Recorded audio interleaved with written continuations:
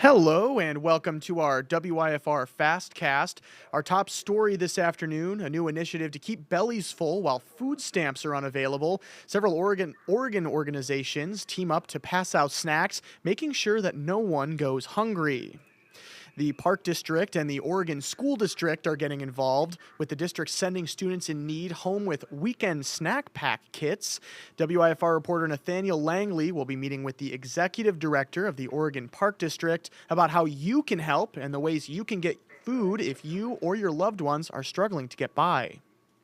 Hey folks, WIFR's Nathaniel Langley here, coming at you from inside the work car. Today, I'm driving across Ogle County, checking in on how communities are handling the temporary end of SNAP benefits, including a creative way the Oregon Park District is trying to help students and families during this time. Be sure to tune in later today on WIFR and eventually check it out on WIFR.com. Stay tuned. The U.S. House could vote as early as Wednesday afternoon on a deal to reopen the government. That deal was passed by the U.S. Senate Tuesday night, and with President Trump's support, the measure is expected to get House GOP support it needs to pass. The deal doesn't include an extension of the Affordable Care Act tax credits that Democrats have been fighting for, prompting many to call it a setback. Republican Darren Bailey will stay in the race for governor, and this question came after his son, daughter-in-law, and two grandchildren were killed in a helicopter crash last month. The announcement was made on Bailey's Facebook page Monday, appearing beside his wife Cindy. Bailey launched his second campaign in September to unseat Governor J.B. Pritzker. New this afternoon, incoming Beloit Police Chief Shonella Stewart will officially be sworn in as top cop December 1st.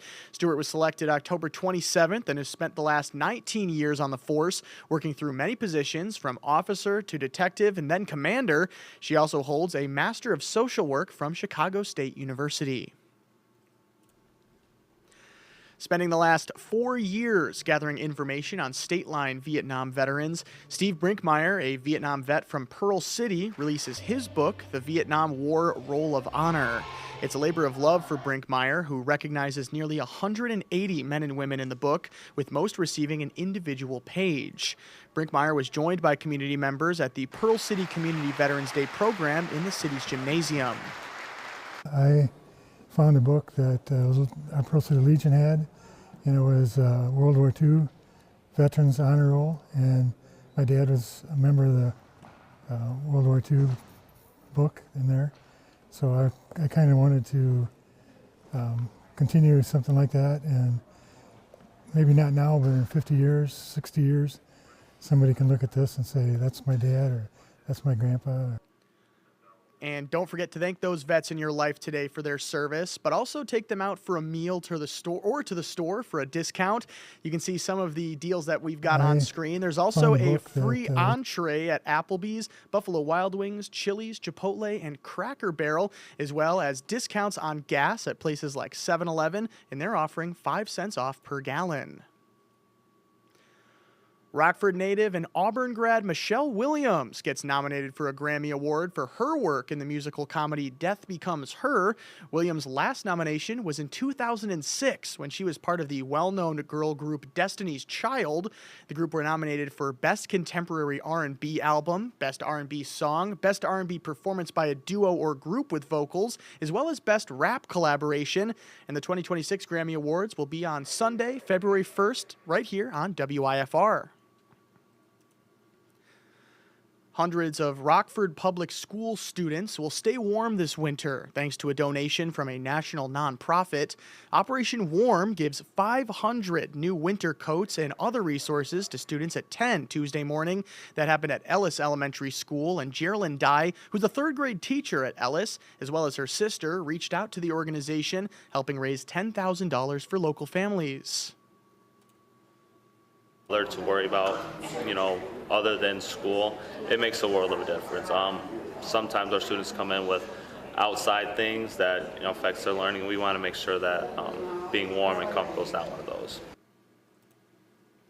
And Mother Nature is certainly taking us on a bit of a ride here this week. Let's see how things are going to look here this weekend and beyond with a quick look at our 10-day forecast. So once we pop that up there, you can see in the bottom right-hand corner, we're certainly already warmer than really anything that we experienced here on our Monday. We're sitting at about 40 degrees right now during the 1 o'clock hour. Of course, you can see there on our Tuesday, Veterans Day, we're going to be reaching about a high of 42 degrees. So we're only going to be inching up just a little bit more out there.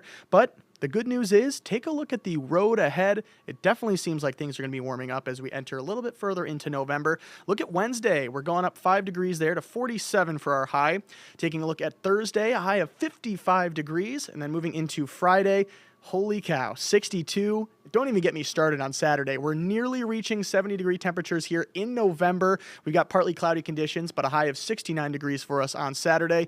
And that's when things are going to start to take a turn for a little bit of the chilly and a little bit of the wet there. You can see on Sunday, we're dropping by about 9 degrees there, bringing in some of those rainy conditions. Again, we've got a high of 60 degrees there for us on our Sunday. And then Monday, dropping by another 10 degrees, keeping those rainy conditions there. But then moving into Tuesday, Wednesday, and Thursday, things are going to remain relatively consistent there in the mid to upper 40s. It does look like Wednesday we're going to be dipping down into the upper 40s, and then Thursday does seem like that's when maybe a little bit of that cold is going to be catching up to us just a little bit there. But something else that I want you guys to notice here, you can see those little rain droplets that are popping up there. That's certainly something that we like to see this time of year, rather than hopefully getting a little bit of an early frost here across the state line. So that's certainly something that we want to see. But those stories that I mentioned here just a couple of minutes ago will be coming up in our shows. Those are going to happen at 4, 5, 6, and 10. And of course, when you want to head out to get the latest news, both in the state line and across the country, don't forget to head to our website. That's WIFR.com.